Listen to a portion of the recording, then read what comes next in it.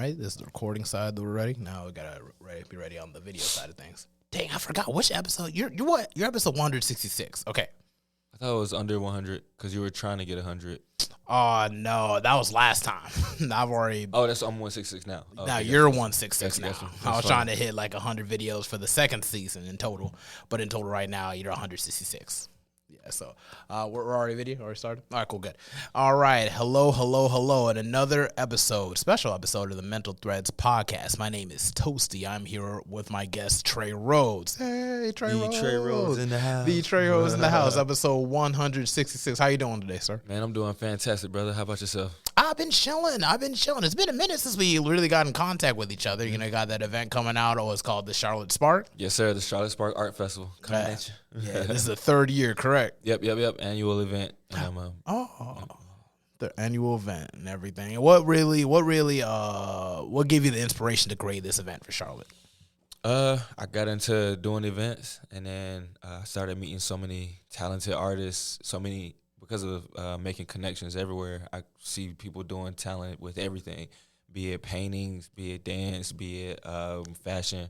And so, you know, I've kind of been a part of almost all those communities. And so and then seeing like Lollapalooza, Rolling Loud, Coachella, it's like Charlotte has enough money and opportunity, has enough people out here. It's a great place to where we can kind of build your own thing. So why is there nothing out here that's really spotlighting those people that's working that hard and really on par with some of these other places in other cities?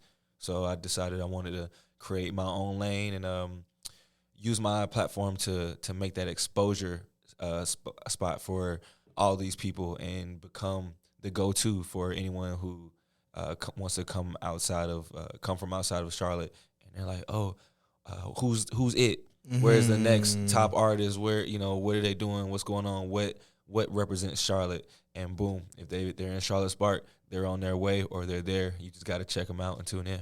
That's really cool that you're doing all that just for Charlotte. You moved in here like, what, 2 years ago? I've been in Charlotte for about 9 years now. Oh, 9 years. Yeah, dang. Where did I get 2 years from? I don't know. Because we did our last podcast 2 years ago. I got here at the very beginning of 2016 and the summer before that. Oh, that is so cool. And you was like fresh out of college, you went straight to Charlotte, right? I was actually visiting. I was actually supposed to move to Dallas with some family friends and everything, but they got a promotion, moved out here to Charlotte, and then we were kind of scouting the city. Man, the first day I came out here, it was Speed Street, so we went downtown. It blew my mind. Everything was lit. It was a bunch of people. The Epicenter was going crazy, mad packed, the whole city. Rest in peace, Epicenter. right. The NASCAR Hall of Fame area was really lit. They were doing country concerts over there. And then over in the Epicenter, they were doing like the clubs and the urban scene and everybody. You know, it was a great mix. And I just kind of, it hit me that very moment. I was just like, wow, this is a city worth investing into. Yeah. Yes. Yeah, that's very good. That's good that you have a visionary mindset like that, because people will look at cities and they want to go to the big city. They want to go to Atlanta and they want to go to LA. I would even say even Memphis has a little bit more pull than, like, you know, I want to say Charlotte in general, because like we still got our own things going here too. But in terms of just like, you know, like cities that are like out there in terms of like their name and what they have to offer, you know, it's really like, I don't want to say it's surprising to me that a lot of people want to move here to Charlotte, but I see like usually people that move here to Charlotte kind of see Charlotte for what it can be instead of like what I can make it out of Charlotte. Right. That's what I've noticed, and I feel like, you know, that could really serve you like as an individual in terms of getting most out of it. You know, I'm from Georgia, Augusta, Georgia, and so you know, back in high school, everybody's like, "Oh, I'm going to Atlanta," and then they end up back home a year later, less than a year later, and I see Atlanta as it's one of those places that's kind of already set in.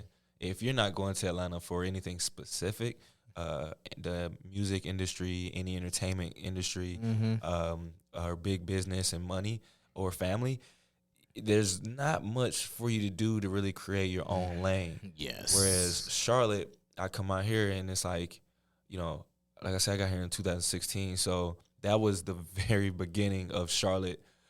2015, 2016 was when Charlotte first started to really take off. And so I saw it was like, it's a little bit of everything out here for everybody. The money and opportunity is abundant, and it's big enough to where you can become something or somebody and it's still a metropolis city. Southern metropolis. Right. So you can create your own foothold, or you can duck off and go kind of be in the more rural country areas, just on the outskirts. It's not too far away, so you can dabble, tap in whenever you want to. But Charlotte had its own lane, and like a little bit of everything for everybody. Yeah, and I spoke with a lot of people that have been here that Charlotte's like an underdog city. That's how I see it, because it's like we got all the potential there. It's just trying to, utilize it, really. Sadly, you came in 2016. You didn't come in 2015 when we were winning in football. That's when I feel we were really close to world peace at that point in the city. I swear, because like you and the amount of the random people you have conversation with at Krispy Kreme, because like Krispy Kreme, they'd had a deal going on for $1 for a whole box of donuts, as long as the Panthers win. So as soon as we went straight there and everything. So it's just like we were just getting random conversations with people you wouldn't expect. I'm a Falcons fan, so that's okay. You're from Georgia. You're from Georgia, but still Southern metropolitan. If it's not like our team, I'm definitely rooting for like either the Saints or the Falcons, because it's like we're Southern metropolitan. Region, Saints got their championship. We're still waiting on the Falcons and the Panthers though. So it's like it's coming. We don't gotta talk about it, bro. It's coming. Okay. You seen our game against the Raiders? It's like I didn't watch it. It was a really good game. We played really good. The Panthers were dope. And I was looking, I'm like, am I in the Twilight Zone? I could have sworn we were doing bad last I heard they switched the quarterback out. Yes. So that made a big difference. Yes, but I feel bad for Bryce Young, because it's like he got fresh out of college, and then you get put on the Panthers, and then now they put all this pressure on it that you have to make the team good. Like, bro, it's a team effort, bro. It's just, that's why I like the Detroit Pistons, like when Isaiah Thomas and them was playing, because it's like they was all like, they were all like kind of doing a little bit too much with like the Jordan rules and everything, got to elbowing people, but they were played as a unit, and that's what I really, really love about them. When I saw like the documentary 30 for 30, I just, they're the bomb. But it's just like Panthers need to get back in that mindset where it's just like we got to win as a team. You can't just freaking turn the whole defensive like anorexic just for like one quarterback, bro. Yeah. You got to protect the quarterback, and then on offensive, you got to find the right wide receivers that are good at catching, can be able to spot that ball and everything, and just be able to catch it, take it to the end zone type shit. Not only that, man, people got to remember, if he's fresh out of college, college and NFL, two different completely things. different levels. You're playing with you grown gotta get those people, reps, bro. and everyone's good now. You can't. Yeah, you could be a star in college. College, not taking anything away from anyone, but of course not. It's just as an athlete, aspiring pro athlete myself, like you really have to respect the level and the reps that it takes to get on that level where you want to be. And you gotta be able to understand or familiarize yourself with the different basis of psychology that comes with that too. Because like when you're in college, you pretty much understand like what other college kids think, like the anxiety that comes with it, just what they might do, what they might do. Like someone who actually has like experience, like years of experience and everything. I know people think like, oh, go with the Broncos and the Panthers. So it's just like, maybe he paid him off, maybe he didn't. Part of me feels like he does. Part of me feels like, maybe he just had more experience in that scenario, because Cam wasn't in like multiple Super Bowls at that point. That was his first Super Bowl and only Super Bowl. Yeah. Where Peyton Manning has been to multiple Super Bowls, maybe lost a couple, won a couple, but he's been there. He's seen both sides of the coin. And it's just like we haven't touched the Super Bowl since for like damn near 10 years now. I mean, sad thing, but this is the truth. It is, experience is a very, very huge difference maker. And like all he needs is a little bit more experience, and that's it. That's all I see. That's all I see. But, circling back to you and the events and everything, what really led you or inspired you to be like an event curator? My connections, man. I've come a long way since I've been out here in Charlotte. And I'm a serial entrepreneur, which means that in order for me to get by, I have to put myself out there, have to meet other people, and I have to learn from everyone else's experiences. So with that, when I'm meeting all these people and figuring out what it is that the people want, what it is that Charlotte needs, I kind of found that if I want to do, I started off as a real estate agent first. And so if I want to do a housing seminar and I just put it out there and say, hey, come to my housing seminar, no one's going to come.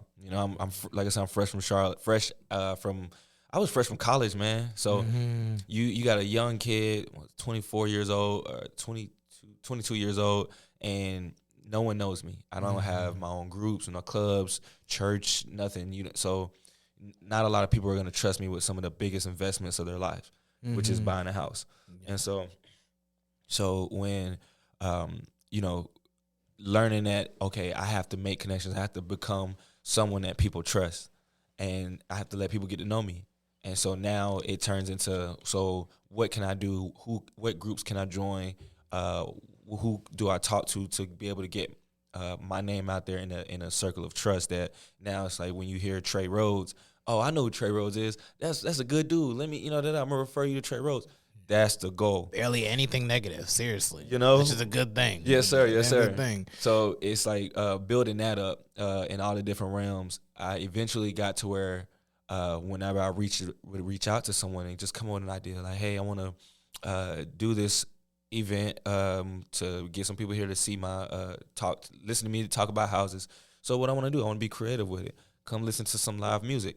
I know a lot of musicians. I know a lot of people, some artists that are really working hard. So smart. When I put the word out, they come. So someone kind of was like, yo, man, you should start throwing events. I was like, I guess, I could. I got enough people on my phone. I could make something happen. Mm-hmm. And that's what happened. I started putting it together and just like, well, hey, on this day, are you free? You want to come perform, play the keys, sing, whatever? Or, hey, on this day, can you come, do some poetry, do some comedy, whatever, put it all together. And then, boom, started off that way. And then I just kind of took it and met more and more people and just kept pushing it. So now it's like I'm meeting people that get to know me, meeting people that we have these things in common where we're all trying to get out there. Mm-hmm. So put it together. I get people to come see you perform, and you perform for these people. It's a great show. Everyone's having a good time, and mm-hmm. I'm having a good time because y'all are having a good time, and my name is on the flyer. So it's like, well, everything's representing the way it should be. So let's keep building. And also, it's good for networking for other people in the background. It's like, dang, I met this person because Trey Rhodes threw this event. Uh-huh. And, like, I met so many people at the last Charlotte Spark. It's like, wow, look at all these people I could interview and hear from the background. Now I've had Sam Dinovo on. I've had Chris Gear on just a while ago. I had Big Shadow on. She performed at your events, right? She's coming to this Charlotte Spark this year. Mm-hmm. Yeah, she's going to be that's a new relationship we're building. So, that's what it's all about, finding that common ground and let's see what we can do together, because the best way we can grow is grow together. Yeah, so this show is kind of like going to be a little bit of a reunion too, especially if you haven't seen people in a while. Like I had Solus on like a while ago too, and the first time I seen Solus was at the event, which we spoke about and everything. One thing that's been consistent through a lot of these live episodes I've been doing, because I've had a lot of people from like past episodes come back and new people I've had and also know you as well. And that one thing that's consistent, when we bring your name on this, it's always nothing but positive. Like, oh yeah, Trey, like, yeah, I went to this event. Yeah, he's a cool dude. And I'm like, that's very, very good. And it's like, you're from Augusta, Georgia, and you're already building like good clientele for yourself out here in Charlotte, And it's just like, some people dream about I want to move out of town. I want to go to another city. It's like to know that you found your place in Charlotte to the point where even I could consider you a Charlottean and everything, just for what you've done and everything. How does that make you feel, like, overall? It makes me feel good, man. That's what I work for, honestly. I like to consider myself the glue. I love to look around and see when people for one, I consider myself a good judge of character. And so I'm not just going to hang around the wrong type of people, the wrong crowd that's living in a negative light, because I got too much going on, so I gotta stay in the bright light. So it's like, if I bring you here and then I bring this person here, it's because I know that, one, we get along each side, so unless that y'all get along and y'all can build off each other. So now if we're all together, everyone knows it. Yeah, go make music together, go make a creation together or whatever. That's fine. But when someone else talks to you, it's like, hey, how did y'all get started? Oh, we met through Trey Rhodes. That comes back to building my name. Now it's like, oh, it's the name of trust. I trust Trey Rhodes because I hear your name somewhere. I hear you, you're part of this, you're doing this and that. So it's like, come to me. Like, I got a little bit of everything. I can do it. And that helps me, put me in a position to be able to do more and be more.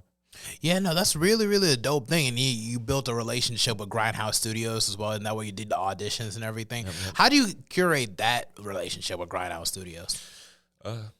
Grindhouse was actually one of the first sponsors for the first Charlotte Spark. Oh, wow. Yep. So I have a friend that I met, and he was an artist. Shout out to Tony G, Tony 7. Yeah, I had him on my podcast too. Yep. Shout out to him. I've known him for a long time, since I've been out here. I met him through one of my first roommates when I got out here, and we just hit it off, man. And we've been great friends since then. And so when Tony, was like, yeah, man, I'm putting this event together. He was one of those people where if I called, he would come perform. So and he was actually there from the beginning when I really went public with my events. I've kind of been like this forever, at least since 12th grade, man, where I would be cool with everyone, go be kind of the link, the puzzle piece that could fit in all. And at lunch I'll go sit at every table. I talk to everybody. That's good. I got prom king. It was a surprise to me, but I didn't know people were voting for me or like talking about me in that way. And then I started seeing, telling everyone, come on, yeah, call me the Trey Rhodes. I'm the Trey Rhodes. And people are literally addressing me the way I'm asking. So just building off of that. Yeah. And so, Tony, he would go to the studio and do work. He's like, yeah, I know the guy who Jason Jets. Shout out Jason Jets. Yeah, he's dope. He's dope. Yep. So Tony would be like, yeah, man, Jets can help you out. And so I just pulled my connection and was like, hey, man, can you put me in contact with him? Got to speaking with him, and it's just like, okay, well, we know this mutual friend here. We're both in good relation. He can speak good on both of our names. So maybe we can find common ground. I'm doing this event, and I would like to put Grindhouse in the light of like y'all being my sponsor, and you can sponsor one of my artists that's going to come perform at the first Charlotte Spark and give them just some free studio time. Nothing big, just help me out, help somebody else out, helping you out, helping us all out. And so that's kind of where it went. And now coming back to year 3 now that I know a lot more people that's even involved with Grindhouse that are tapped in, it's like, okay, well, I'm already tapped in, kind of, you're tapped in, and let's see if we can't get Grindhouse as a partner again. Now let's promise some more studio time for this year, because it's all mutually beneficial. Because I'm promoting to all these different people. They're a staple in the community, especially the artistic community. They're very good. I just put in my subscription this month. I don't get my first. I didn't set up my first audio session till like the 1st of next month, though. Nice. It's whatever. No, that's good though. Yeah. Yeah, just trying to give me more time to get ready though and everything, because it's been a while since I hit the studio. But it's just like once I introduce other artists, I have some friends from Durham that came into town, and I just like, yo, you got to check out this place called Grindhouse Studio. I just text Jason just so I could be able to give him a tour and everything. He just gave me the code just like that, because I was already a subscriber anyway and everything. I just show it to other artists that are more interested in as well, because that's a lot of resources. There are 3 different studios in one, and all you got to do is pay $200 a month, and then just pretty much just pay the engineer, and then you're good. I just linked up with I didn't link up on my message, and he already set me up with a good price, and I'm like, okay, I could really do some work with these people. Okay, all I got to do is just keep my subscription up while I'm here in Charlotte and just keep it going forward. But they're all very good people. Definitely people you want to tap in with. So look at that now. It's like you already hear Grindhouse in their name. Yes. So now that's important, because when you're reaching out to the community and you say, hey, I'm at Grindhouse, other people, oh, I know Grindhouse. I already know that. As somebody who puts themselves out into the public to other people, to strangers, or even looking for credibility for people that the 2 most important things that I believe in that we have is our name and our word. Are you going to stand on your word and make your name worth what you're standing on? So now you hear Grindhouse, you hear Trey Rhodes, you hear Toasty and the Mental Threads. It's like these are names that's building. That also helps now. You got when you're reaching out to these artists, what you said, Greensboro, Durham, actually. Durham. I'm sorry. Durham, or even if you do go to Greensboro, Raleigh, that's helping you expand yourself, your platform, and get further out. So now, just off the strength of it, they come down here. They're already artists, so they're already tapped in with Charlotte artists. Yes. So they're hearing about Grindhouse if they haven't, or now they're experiencing it. Then they're like, oh yeah, I'm going to the studio. It's going to be good things on that name, right? So those all help us build, and when you look at it, we're all building together. So. Yeah, no, I'm going to tell you, like, I had them on the podcast, too, that same day, bro. They had a wonderful experience in Charlotte, because in Durham, they said that their experience, whether it's hard to get, people to network, want people to fuck with you type stuff and everything. But when they come to Charlotte, they actually took me to a Carolina Waves event. And it was the first time in the Carolina Waves event with DJ Chuck T and everything. And then it's just they got to networking over there. And then they saw that they were like, wow, this place is amazing. I'm like, let me show you something else. I showed them Grindhouse Studio. It's like, bro. Then it's just like, like, this is amazing. It was like taking kids to like the Willy Wonka factory and stuff like this. Like, oh, you can see. Right. So it just kind of warms my heart. It's like, okay, if other people in different towns of North Carolina see Charlotte as like that apple in a sense, and it's like when they come here, it's like, okay, I can come here for events now. I can come here to network now. This is worth coming here. So whether they want to relocate here or just do business here, it brings more attention to Charlotte as a city. We all good? Okay, good. Just want to check in that 20-minute increment. But it's like, like for real though, it's like it's good that y'all can build this relationship with each other. We talk about all this. Let's talk about the relationship between you and Drew Billions and everything. Okay. So I'm gonna have him on the next episode tomorrow. Awesome. You're the first one to know, and everything. It's like, how do you curate the relationship between you and Drew Billions? Well, I met Drew initially at this artist link up. Or creative link up. I'm noticing a theme here of meeting up at creative link. Creative, bro, because that's where you meet the people who are more serious about, you got people who are going to talk about it, have good ideas, of course. But then you got people who are going to go and do it. Get up, man. You tired? Who cares? Go to that event. Go to that one link up, that networking event. Go talk to people, even if you don't know anybody. I went to this. I've been trying to get something like that going myself, but I couldn't do it because I didn't know enough people. So then I go to this link up, and it's like, oh, I know like 3-4 people first here right now. Okay, well, let's work your way around the room. Let's talk to everybody. Let's figure it out. Drew was one of those people in that room. Speaking with Drew. Oh yeah, I'm an artist. I got my own shoes, man. This man got his own. He's got his own shoe brand. You know what I'm saying? I need to put that in the notes. Like, tell me about them shoes. He's got his own studio and stuff. He's working, and so I've seen it. For me, I believe in hard work and people who are working. That shows. So those are the people I want to work with. And so eventually, after that, we link up at another showcase or something. I actually don't remember at this point, but now we're in contact. So now it's like, hey, Drew, you're trying to do this. I'm trying to do this. Let's come together. And Drew actually was a partner. Shout out to Drew Billions.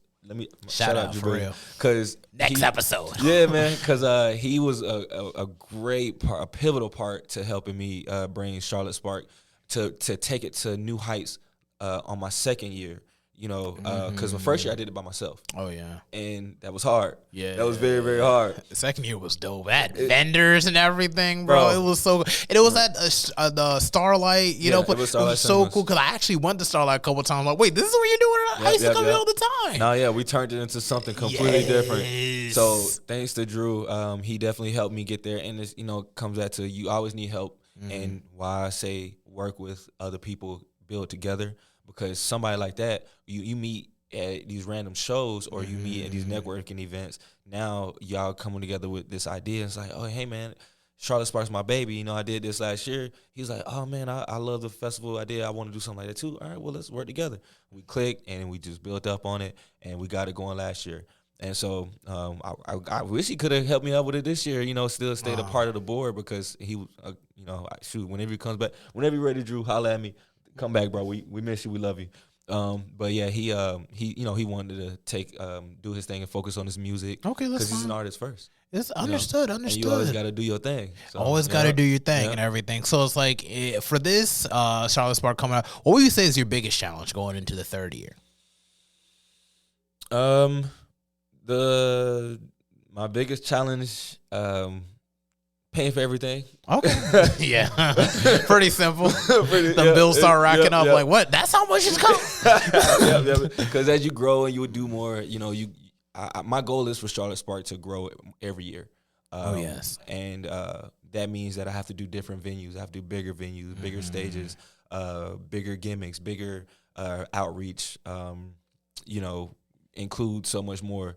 And so even having a bigger team, shout out to my team this year, DD18, Prophecy, holding it down, helping me out. We in there. I need to get DD18 on for sure. I'm going to get so many of these people on before the show. I swear. I'm going to be doing some work too. I'm going to do my thing I got to do. Just go on my page, bro. Just look and see because I love that I love and aim to really work with quality artists, quality creatives, people who are serious about their crafts because, I'm very serious.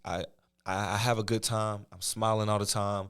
I can crack a joke, be very creative, but I'm very serious and I put in the work. So You got to be. finding other people, when it comes to that team building, you have to really lock in with people who are serious. So Yeah, and that's really a true thing. It's like, about the just even like when associating with other people, you want to be able to roll. If you become, let's just say you're rolling with 5 people and everything, they're all like millionaires, whatever, and you're the 6th person just happens to hang out with them, or they allow you to hang out. You would be that 6th millionaire, exactly, and everything. So it's like you want to tap in with people that just are so focused and be getting their creations come to reality. And creatives are so good to work with entrepreneurially because they work to make sure that their projects come to reality. When I was doing like my first mixtape back in 2021, I didn't know like how I was going to do it at first, but I just kept doing it, kept setting up those sessions, kept going through it, kept writing it down, kept timing or whatever. And people, like, generally I get pretty much positive outlooks over it at the same time, even though like I feel like I could have did better or whatever. But the fact is that I put the time in to make it happen. That's the first threshold of becoming an artist. Some people say they want to do this stuff all the time but never have anything to show for it and everything, and then they fall off. Then you never hear about where the fuck they're at and everything. So it's just like, it's always good to tap in with artists, people who are true artists, because it's not so much the matter of just like, oh, I'm going to get this much out of it, or I'm going to get this amount of money. It's not about the reward. It's about loving for the craft, the art, the actual process. Right. And that's just with everything else in life. If you want anything to come a success, you have to fall in love with the process and everything. This is your 3rd time doing this event. Yep. The journey, man. It's a journey. And if anybody wants to be a sponsor, I got sponsorship opportunities, be a financier, holla at me. We can the goal is put you out there too. So yeah, help me take the load off. And what would a sponsor be able to do? Just send some money in to try to help the process of everything? Yeah, I mean, there's more to it. I don't want you to just give money, because like you said, it's not all about the money. It's about how involved do you want to be. Yes. I have a sponsorship package. You can do a donation, sure, yeah, and then I'll give you a shout out. We'll promote you and your brand, into the community. As I've done the work to get involved with the community, I have a decent amount of people checking me out, checking out my work, and so it's like, are you building? Are you, maybe you have a lot of this money you sitting on, but you want to get out there, but you just don't know where to start? Tap in. Okay. So I put your brand on the flyer, a logo. I'm already pressing the streets. I'm already putting it out there. So now it's like, you can just do a donation, $50, or now you can do like a $300 sponsorship. So now you got promotion for on physical flyers, on all of the social media that I'm doing. The Google verified website, charlottespark.com. And that includes my partners' Google verified websites, or my partners' platforms. If I'm working with 15, 20, 30 artists, 15, 20, 30 artists sharing your stuff, that's over 40,000 eyes, because everyone has at least typically everyone has over 1,000 followers at least. So now, 30 times 1,000, 30,000 people are seeing your stuff, your brand, your logo. Now you're also coming to the events. You get tickets with the event, with the promotion. You get to network, you get to meet these people. I have different standard packages, gold package. We give you a shout out. You got your banner on the stage. Now that's in all the media. I'm building my media team. I got photographers. I got videographers. I got podcast coverage. Short form content. Like, people are really taking these pictures. I got fashion show stuff involved. So now there's a whole fashion show going on, and look right there, what's big in the background, your logo, your brand, you know what I'm saying? So it all adds to it, and that quality of really getting your name out there. And, if you're not a part of the show, you're in the show, you're there, you got representation. That's really, really dope that you actually have it set up down to a science. Because some people would say, like, oh, yeah, I spoke with Solus about, some people claim that they're managers and they don't manage it. Some people claim that they're sponsored, but they don't really do much of anything. They don't really take the extra step to ensure, like, their sponsors get what they want to get in your relationship from that point. So just knowing that you actually have the mindset where it's like, okay, it's not just about saying what it is. You actually make it is what it is. So, like, you're like a doer, I would even say. 100%, bro. And for me, I do work with a lot of artists, people who are very creative in their, people who sing, they can rap, they can play all these different instruments and stuff. I'm coming at this from a business standpoint first. You know, I'm an entrepreneur. I'm a serial entrepreneur. I'm always looking at how can I make this thing work for me. You know, it's one thing to where, bro, I've been an entrepreneur for about 7 years now. Doing a great job at it. Thank you. It's very hard. It's tough. I appreciate it. I know it's good to just get that pat on the back. Like, am I doing a good job? It is, bro. It's tough, man. I swear. But, you know, keep going. And it's like trying to infuse the two things of being creative and making money and, like, building my empire, so to speak. It's like you really have to figure out how you can capitalize on every opportunity. And I'm not here to step on anybody's neck just to get by. I can build my own house from ground up, so I'm gonna do that. You know, and that's me out here farming my own trees to chop them down and go do that. I don't gotta take or do anything negative from anybody else.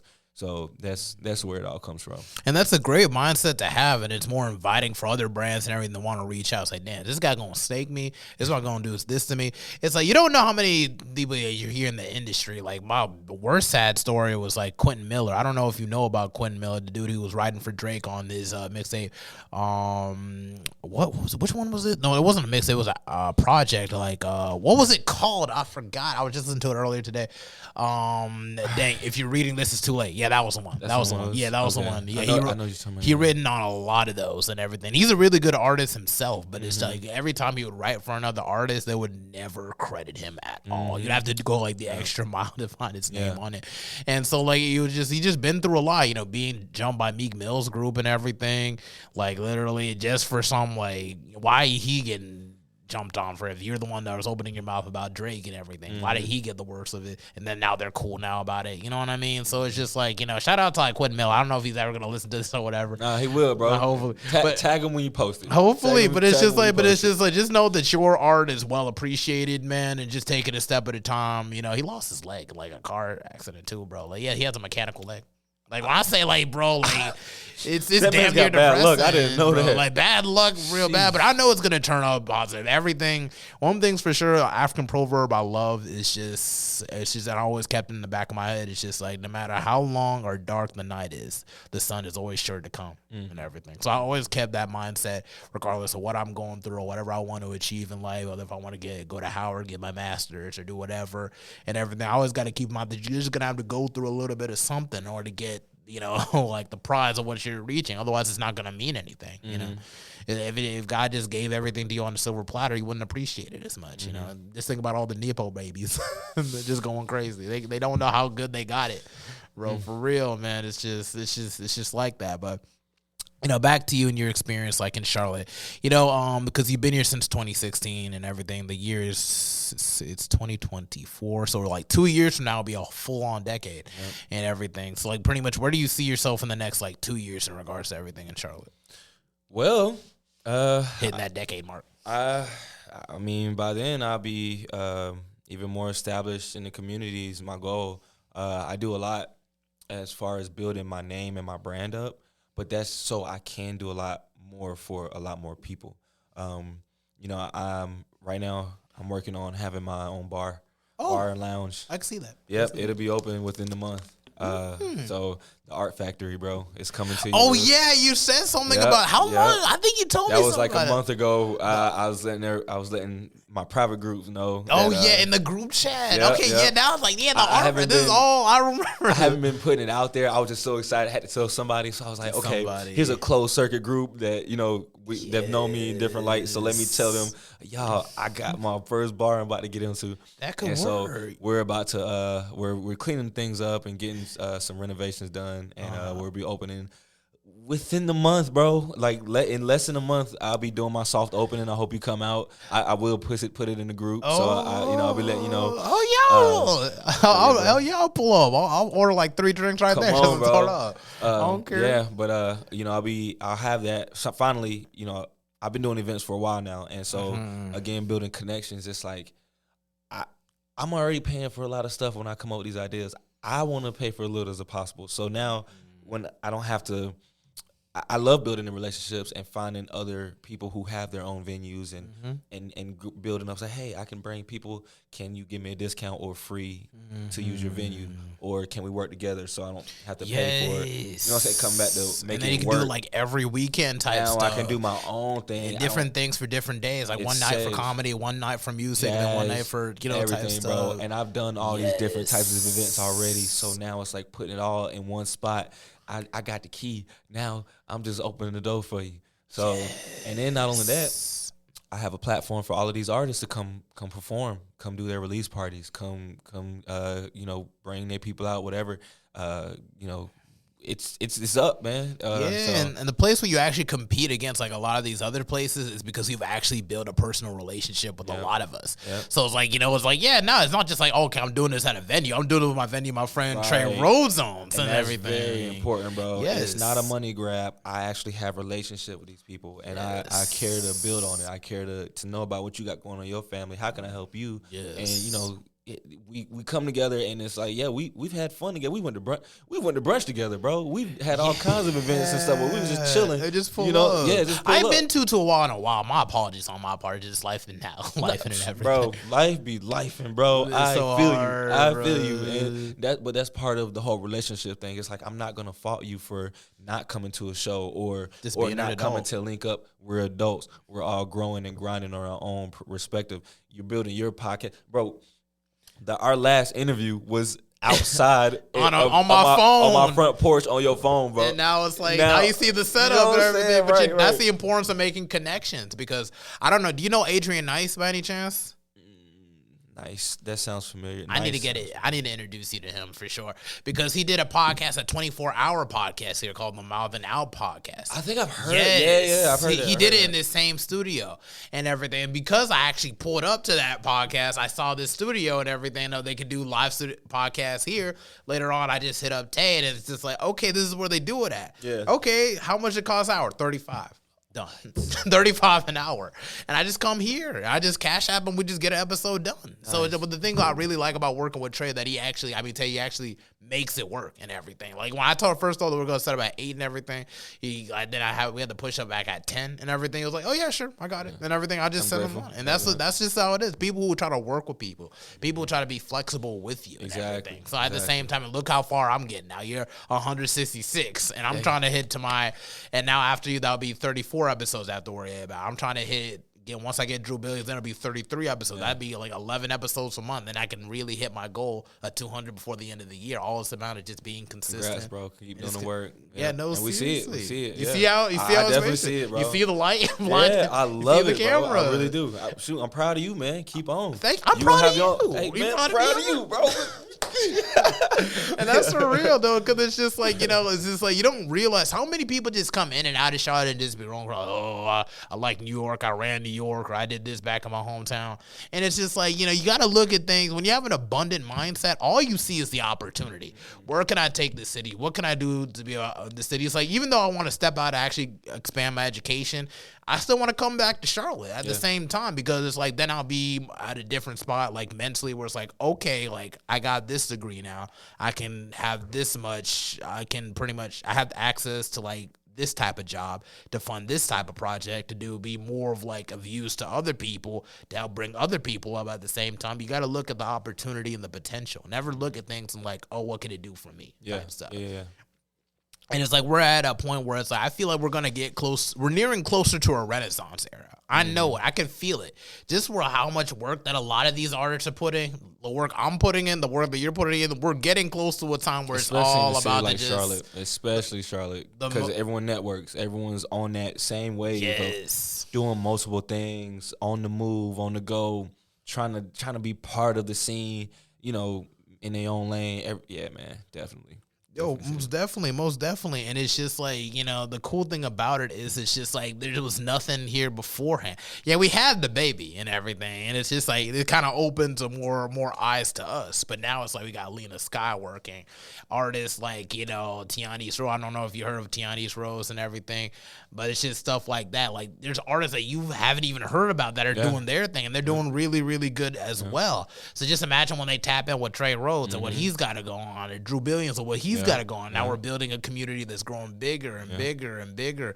That's why I started Charlotte Spark, bro. Why we love the baby, but why do you only hear about the baby for Charlotte when there's so many talented artists out here? So many. All different sounds. That's the best part about it. Yes. Like the amount of like abundance of sound. We're not all trying to sound like one person, and I feel that's really gonna serve Charlotte as a whole. Like it's gonna make it a hotbed for independent artists to want to come here and just tap in and just get like their things going. But at the same time, I feel like we got to do our work too. Like yeah, sure we can work in Charlotte, and I spoke about it with Solus, but we might have to step out of Charlotte every now and then to kind of just expand the marketplace to bring more eyes to Charlotte. And I feel like we could definitely do that for sure. It's how we look over again. All right, cool. All right, in that same breath and everything. So it's like from the experiences of being like an event curator. There, what would you say are the pros and cons? Pros, man, networking. It is unmatched, bro. You work with all these people. First of all, you could learn so much. I'm learning things. and I fight not to get pushed in these different directions. Sometimes they get me on the mic, bro. I'm not in my mind, I'm not an artist, or at least I don't care to go into that light, right? That's okay. But sometimes they get me on the mic. I start rapping. I start singing. And I'm just like, who is this guy? What am I doing, man? Let me stay behind the scenes. Let me get all the organization going. Let me curate the show. Get the people out here. Y'all stay on the mic. Cons. Cons it takes a lot to grow. A lot of effort, a lot of energy. Kind of exhausted a little bit in between. You can, yeah. And there's working with so many different people, it doesn't always go your way, or relationships fall through, or creative ideas may clash, and some things just don't take the drive like you thought it would. But I'd say it's more pros than anything, especially if you keep a positive attitude about what you're trying to do. Remember who you are, and really stay true to your main focus. Because if you do that, brush it off and keep pushing, keep moving. Because the next idea is gonna be better, the next show is gonna be better. Maybe I didn't get as many people to show up for this show, but now I see what they're interested in. I see how I promote it for that show, or how maybe the talent didn't deliver as I was hoping for. I liked them, but everyone else didn't like them. You know what I'm saying? It happens. You got to keep pushing. So there's pros and cons, but I think there's definitely more pros, and just keep a positive attitude about it and keep pushing. And from the first two events, I know like one of them was at Star. What was the first event? The first Charlotte Spark was at where B Cinema Studios is right now? B Cinema Studios. Off of 515 East Trade Street. East in Noda. In Noda. Hold on, let me think. Maybe if I look it up, maybe Is it West Trade? No, it's East Trade Street. It's called B what? Right now it's called B Cinema Studios. It wasn't that B Cinema Studios is a new organization that has taken over that building. But Charlotte Spark was in that building first. It's right across from Optimus B Hall. Cinema, spelled Sinima. Let me see the logo. Oh, because it says B. I don't know what it's saying. Yep. That's the one. That's okay. I'm about to say, I'm like, is that how you spell cinema? I'm like, no, they did their own thing. My public schooling is challenging this logic right now. Shout out to them. Actually, they're another group of creators that's kind of gotten together and got their own venue. So now they're doing their own shows and everything. And so, but it's really kind of cool and nostalgic whenever I do go to some of their shows there, and it's like, man, this is where Charlotte Spark was. This is where we started, man. And there was, I guess they're doing renovations now, but it was open then. But like downstairs area was more open. I had my bar, I had my merch table. Keep going. I had my art gallery going on. I had some artists posted up outside the front door. I had my security directing in the parking lot. Man, it was a good show, man. It's a good time. So yeah, that's where that one is. And so I had I think I got a max about 60 people to come out to that festival that year. Last year working with Drew. We got over 200 people to come out last year. It was a good time. Yeah, man. It was a And very this good year, time. I'm on over 350. We going up. Eventually, we'll be multi-day. And the venue for this year's, it's at where venue is it? Skyline Terrace. Skyline Terrace. Yeah, shout out Skyline Terrace, Miss Coretta Livingston. She has a few venues. She's very tapped into the community in the sense where I say her name, people are like, oh yeah, I know her. She has this venue. That's kind of where I want to eventually be. This is good. This is actually good. Okay. Oh yeah, baby, rooftop. We Nice. we got the skyline in the background. We got a beautiful layout. I got plenty of room. I got my VIP tent. It's gonna be the haunted house. I'm decorating it. Then I have my area where I'll do my fireworks and have the artists perform and stuff. So yeah, I'm really excited about it, and it's gonna be good, bro. That's cool. On my path to multi-day, one day I'll be at the Fillmore. One day I'll be at the Underground. I'll be at all these big stages in Charlotte. Yeah. And be 2-3 days and have all these different artists, have celebrity artists from Charlotte. The baby, hey man, check your DM. Bro. It'll happen. Check your DM. It'll definitely happen. You know what? I think you can get Ruben Vincent to pull up. Because Ruben Vincent, he's actually going to pull up at an event this weekend, a wrestling event called Ashe Wrestling and everything. It's actually going to be at a middle school on Central and everything. Hey man, wrestling's my thing, man. Oh really? Dude, you know who you would really get in? The guy who runs it, his name is Darius Lockhart.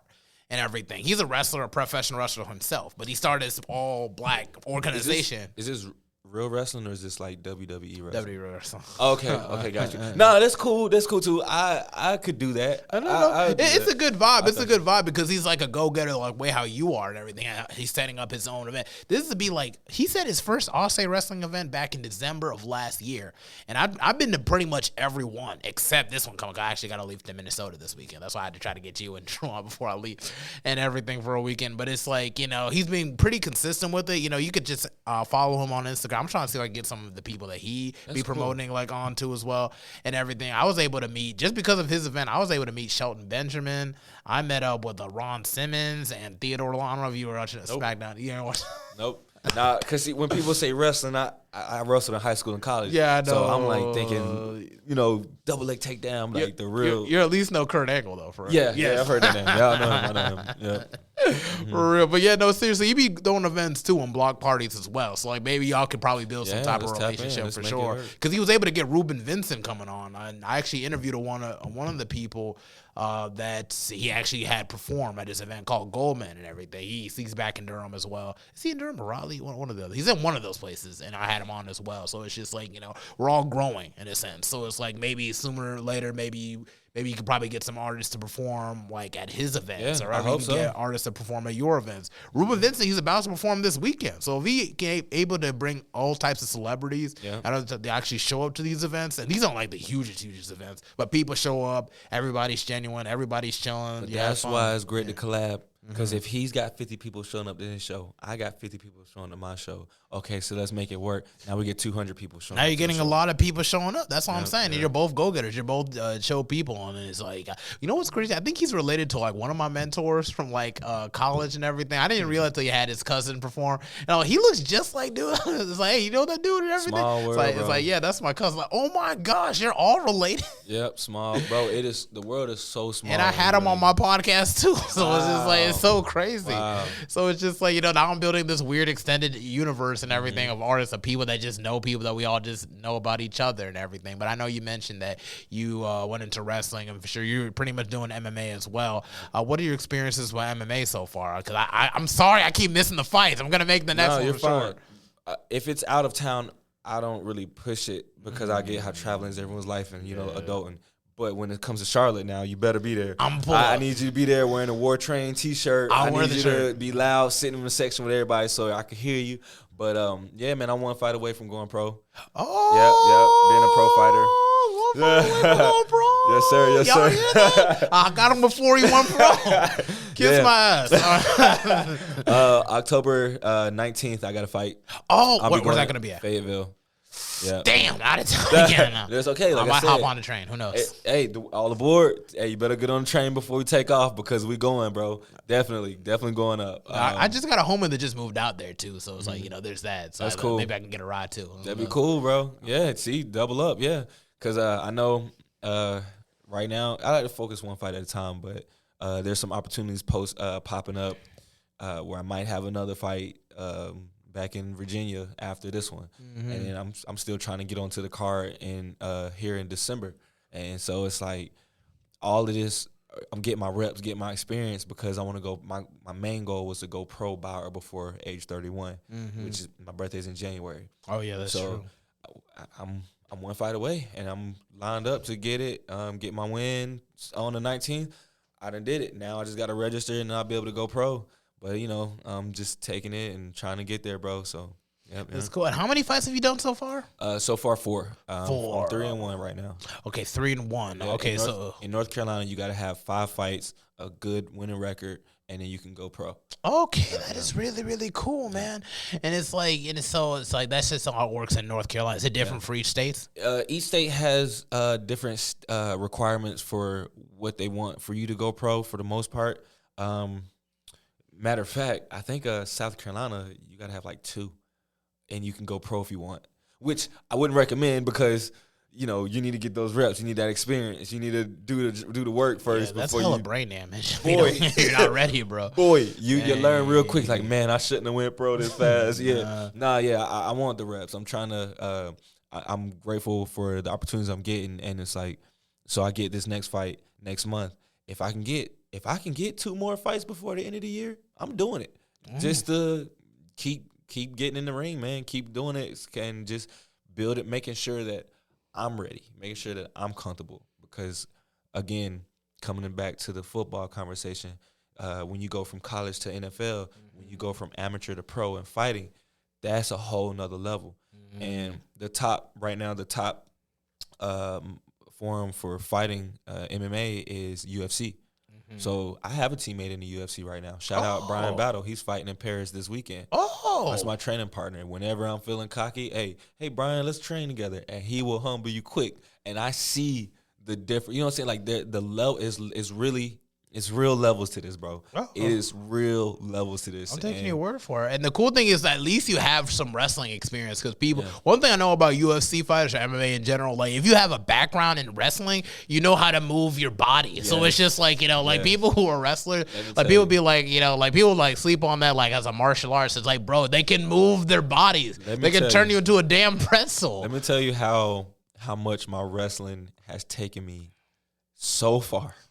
Just off of the strength of, bro, I won state in high school. I'm an All-American in college. And because of my wrestling background, that allows, I teach wrestling now, you know, at my gyms. That's cool. It's like, now all I got to do is focus on my striking, my kickboxing, any other discipline that I want to learn.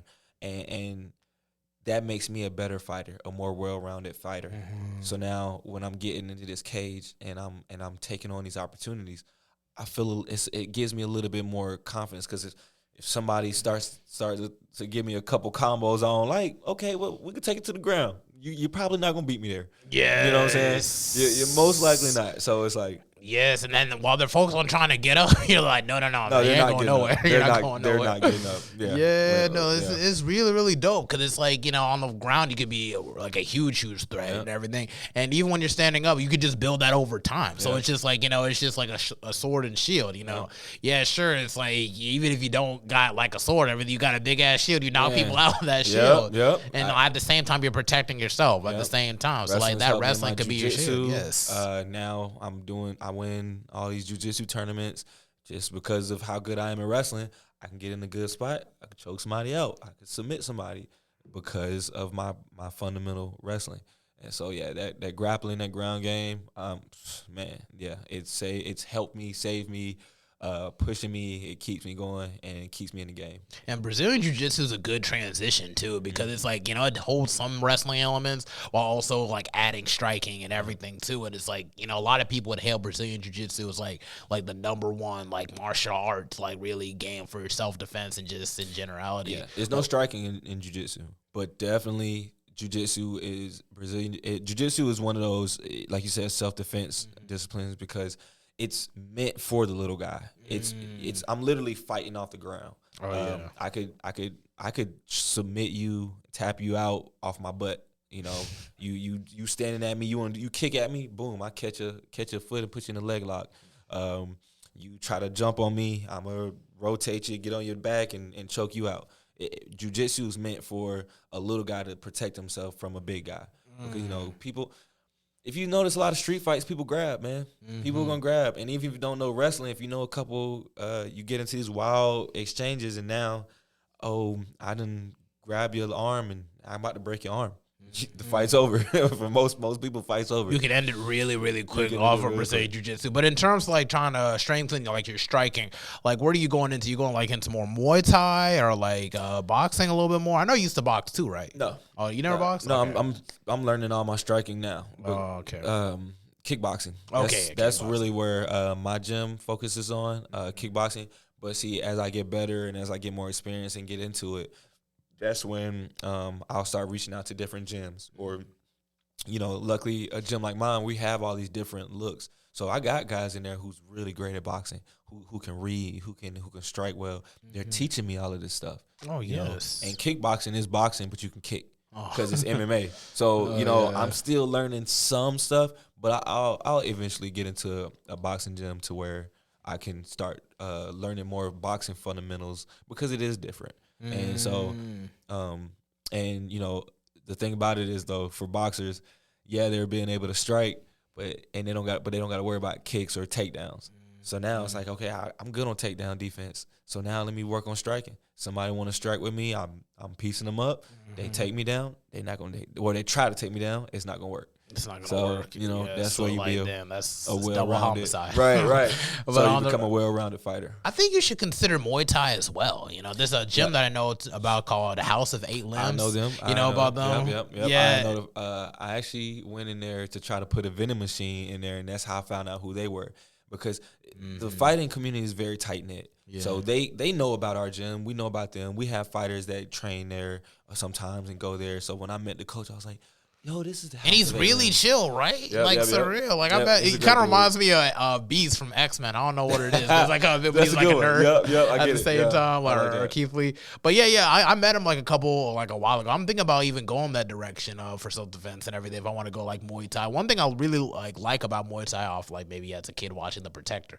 But at the same time, it's just like, you know, like for Muay Thai, it's very balanced with striking up and at the bottom. And it shows like other ways that you can also block for sure. So it's not just like just striking this to strike, but also on block. You know, that's like it's like of 8 limbs. So it's like, okay, you got fists, you got the shins and everything, and the elbows and the knees. You know, you can use all that fists, all that and everything. So that's already 8 points of like weapons for you right there off the jump. So it's like, and they do this like all the time. So just imagine it's just like on top of kickboxing, which you can do hand in hand because they are pretty similar and everything. But they could also show you like for even core strength as well. You know, Muay Thai, people who really train Muay Thai have really strong core strength off the balance of striking power up and down. So it's just like, you know, just something to just consider and everything. And they seem pretty chill and everything. And like, I definitely want to like tap in with them for sure. As I get more into pro, you know, right now I'm amateur. Yes. And so I don't have to worry about elbows and knees. Yes. In North Carolina. Yes. If I fight in Virginia, they're wild. They got all rules. They don't care. But that's something that, I need to take that Muay Thai discipline, start learning more elbow strikes, knee strikes, getting more comfortable there because, you know, that's part of the game, MMA game. You got to evolve your game and add to it. So. Yeah, and look at that. That's the cool thing about like you. That's how you know somebody is within their purpose. Because just off your vending machine business, you got introduced to a whole nother gym that you might consider there. That's why I do it. Yeah. The events and everything, meeting all types of artists, and even trying to get through the whole MMA thing for sure. Which I know for a fact that you're gonna make it for sure. Thanks, because you're just too positive one off that, and then you're just too determined and actually willing to actually put in discipline to make so many things happen for you. So it's like I'm sure you're gonna win this fight. You know, on the 19th, not trying to blow you up or anything like that or nothing like that. I got faith in you and what your future endeavors are and everything. Now that we're getting pretty close to the hour line, do you have any final words you want to let the people know before we go off? Man, no, yeah, tap in with me. Trey Rhodes, get you on the roads to the world, the roads to success. I'm here for it. Hope to see you guys at Charlotte Spark Art Festival. Help me make it a big show. It's a great community show, so I'm inviting everybody to come out and see what we're about. It's near Halloween, so you bring in a costume. It's cheaper at the door. So come on, let's have some fun. Let's build together. October 25th. I'm waiting for them to sir. get the date. I don't know. Thank you. My bad. October 25th. Doors open 5:30. And where is it at, Trey It's at Rhodes? Skyline Terrace, man. We gonna be there. 1601 West Trade Street. Come on. Most definitely. Yeah. Most definitely. Come You're talk going to to me. see a lot of your favorite artists, people that I've even had over here. Chris Gear, Big Shadow is coming. Also, you formerly known as Big Mother, and I got to put that out there and everything. And other artists like Sam Dinovo, is he going to come too? Yeah, he's in there. Yes. One thing is, if you perform in it one year, you're automatically invited the next year. So Sam performed last year, and so he got to skip auditions, and he came right into straight in. Yep. Building a community. All the artists out there, you got to tap it. Even if you're not on the list, at least show up just to catch the energy maybe for next year for sure. CharlotteSpark.com. Holla at me. CharlotteSpark.com. You got to pull up. All right, that's it for another episode of the Mental Threads podcast. We're sewing in and now we are sewing out. Thank you for coming. Thanks, brother. Thanks for having me. Appreciate you. How do you like the experience off that one? That was great, bro. That was great, bro. That was a great one.